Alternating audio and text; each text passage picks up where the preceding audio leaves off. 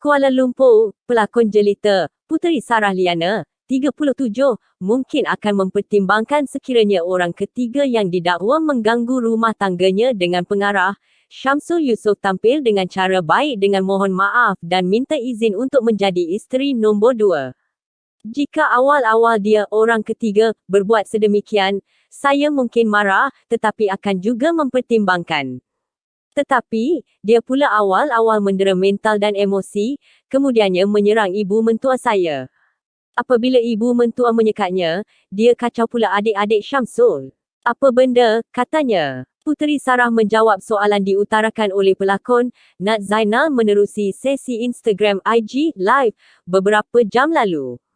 Sesi IG Live itu dipercayai bagi memberi semangat kepada Puteri Sarah yang memfailkan tindakan saman di Mahkamah Session Kuala Lumpur dan 2 aduan di pejabat agama terhadap wanita dikenali sebagai Ira Kaza yang didakwa kekasih suaminya. Menerusi sesi IG Live sekitar 24 minit itu, Puteri Sarah dalam perjalanan pulang dari Jabatan Agama Islam Wilayah Persekutuan, Jawi, turut menjelaskan tujuannya mengambil tindakan undang-undang. Sekarang, orang mempertikaikan tindakan saya nak saman. Tujuan saya, bukan nak ambil suami semula, itu mungkin berlaku 4 tahun lalu. Apa yang dilakukan demi menuntut hak saya dan anak-anak. Sekarang, saya hanya fikir anak-anak sahaja. Saya buat 2 tuntutan iaitu mengganggu ketenteraman saya sebagai kes sivil. Saya laporkan kepada Jawi dan Jabatan Agama Islam Selangor, JAIS, kerana gangguan rumah tangga dan dikategorikan sebagai jenayah. Saya harap semua orang doakan perkara ini jatuh sebagai kes jenayah, katanya lagi. Puteri Sarah berkata, dia mahukan keadilan atas setiap kesusahan yang dihadapi sejak 4 tahun lalu. Jujurnya, saya nak buat macam-macam apabila perkara ini berlaku, 4 tahun lalu. Namun, masa itu, saya masih mahu menjaga aib suami dan keluarga. Disebabkan itu, saya bertahan selama 4 tahun. Ketika itu, saya fikir selagi boleh tahan, saya akan bertahan. Namun, lama-kelamaan mental saya pula asyik dikacau, jadi cukup-cukuplah. Saya sudah penat. Sepatutnya, saya hentam dan ganyang orang ketiga kerana ambil suami saya. Ini tidak, saya hanya berdiam diri.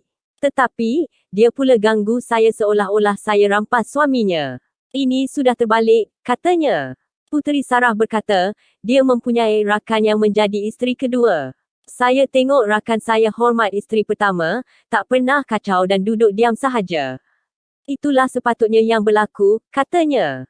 Dalam masa sama, Puteri Sarah menegaskan, dia tidak menghalang poligami dan memohon kaum lelaki memahami ajaran agama sebelum menyatakan lelaki boleh berkahwin 4. Ada orang anggap saya menghalang poligami. Kita kena faham satu perkara, Rasulullah berkahwin lain selepas Siti Khadijah wafat, bukan ketika isterinya masih hidup. Rasulullah juga tidak suka anaknya, Fatimah dimadukan.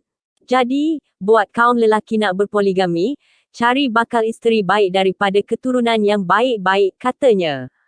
Menerusi IG Live itu, ramai peminat mendoakan urusan Puteri Sarah dipermudahkan dan beroleh keadilan.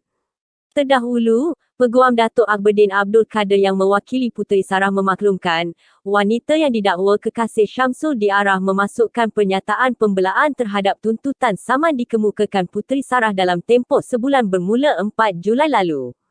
Mahkamah menetapkan 23 Ogos depan untuk pengurusan kes seterusnya.